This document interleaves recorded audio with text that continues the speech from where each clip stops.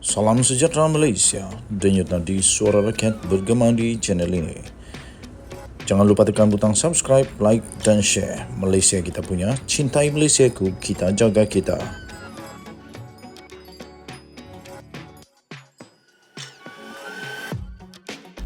Salam sejahtera Malaysia, denyut nadi suara rakyat bergema di channel ini. Saya ingat lagi waktu gua musang dan ada seorang lagi mengumumkan menyokong Anwar Ibrahim, Hamzah Zainuddin, Taqiyuddin Hasan, lepas tu Razizidin dengan beberapa orang lagi tiap tampil di media kata akan ada lagi selepas ini. Akhirnya apa jadi? Ada lagi Bukit Gantang. Sekarang tampil lagi bersatu, kononnya yakin tiada lagi ahli parlimen akan sokong Anwar. Jangan dulu. Selepas mereka menafikan dulu, tak sampai 2 hari kalau tak silap, ada tiba-tiba buat pengakuan. Nah, kali ini bersatu yakin tiada lagi ahli parlimen akan sokong Anwar. Mari kita tunggu, mana tahu besok ada. Mana tahu besok ada 8 orang kah, 9 orang kah, 10 orang kah, 20 orang kah. Nah, sekarang ini 31 MP daripada bersatu. Tolak 5, tinggal berapa? Tapi kalau tambah 8 ini, 8 tambah 5, katakanlah betul lah Bukit Gantang kata 7 ke 8. Kita ambil yang 8 lah. Kalau ada 8 tambah 5, 13. 13 orang. 31 tolak 13 tinggal berapa? Kalkulator saya pun lama masalah ini. Gagal matematik. Okey, kita ada 31 tolak 13. 8 tambah 5, 13. Tinggal 18. Tinggal 18. Kesian. Kalaulah tiba-tiba 10. 5 tambah 10, 15. 31 tolak 15 tinggal berapa? Tinggal 16 orang. Aduh, kesiannya. Mereka akan jadi parti politik. Salam sejahtera Malaysia. Selamat pagi tuan-tuan dan puan-puan yang dihormati sekalian. Hari ini saya berada di Korea, di Gongjung. Gongjung. Susah lah sebut nama tempat di Korea ini. Sekarang pukul 8 pagi di Korea. Cuaca di sini sekarang ada -1 sekarang di sini. -1, sejuk. Hari ke-8 di Korea. Okey. Ada satu kenyataan terbaru daripada Sinar Harian Premium dikeluarkan yang saya sangat-sangat setuju lah. Saya sangat-sangat setuju. Yaitu seorang timbalan Menteri KPDN, Fauzia Saleh kalau saya tidak silap. Dia mengatakan begini, dan saya setuju ini. Jika anda setuju, anda boleh komen saya setuju. Dia kata Malaysia memerlukan Datuk Seri Anwar Ibrahim sebagai Perdana Menteri sehingga tamat PRU 16 punya tempoh. Maksudnya tambah lagi 5 tahun. Saya setuju. Saya setuju untuk perkara itu bagi sampai pada saat ini. Kerana apa ya? Kerana pada hemat saya, Datuk Seri Anwar Ibrahim adalah Perdana Menteri Malaysia yang amat adil, tak bias dan transparent. Inilah Perdana Menteri yang kita mau. Perdana Menteri yang takut akan Tuhan. Takut akan Tuhan. Maksudnya beliau menggunakan kuasa yang ada padanya dengan betul.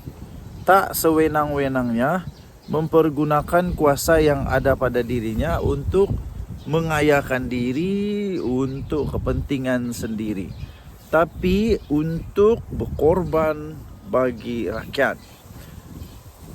Setakat ini bagi saya, apa yang saya nampak dalam usaha Datuk Seri Anwar Ibrahim sebagai Perdana Menteri untuk cuba membangun semula, cuba membangkitkan semula negara Malaysia sebagai harimau yang cukup dihormati, berada dalam landasan yang amat betul pada ketika ini.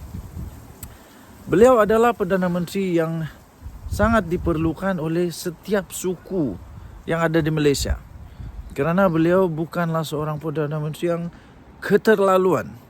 Bukan Perdana Menteri yang bias. Bukan Perdana Menteri yang berat sebelah. Tapi Perdana Menteri yang memperlihatkan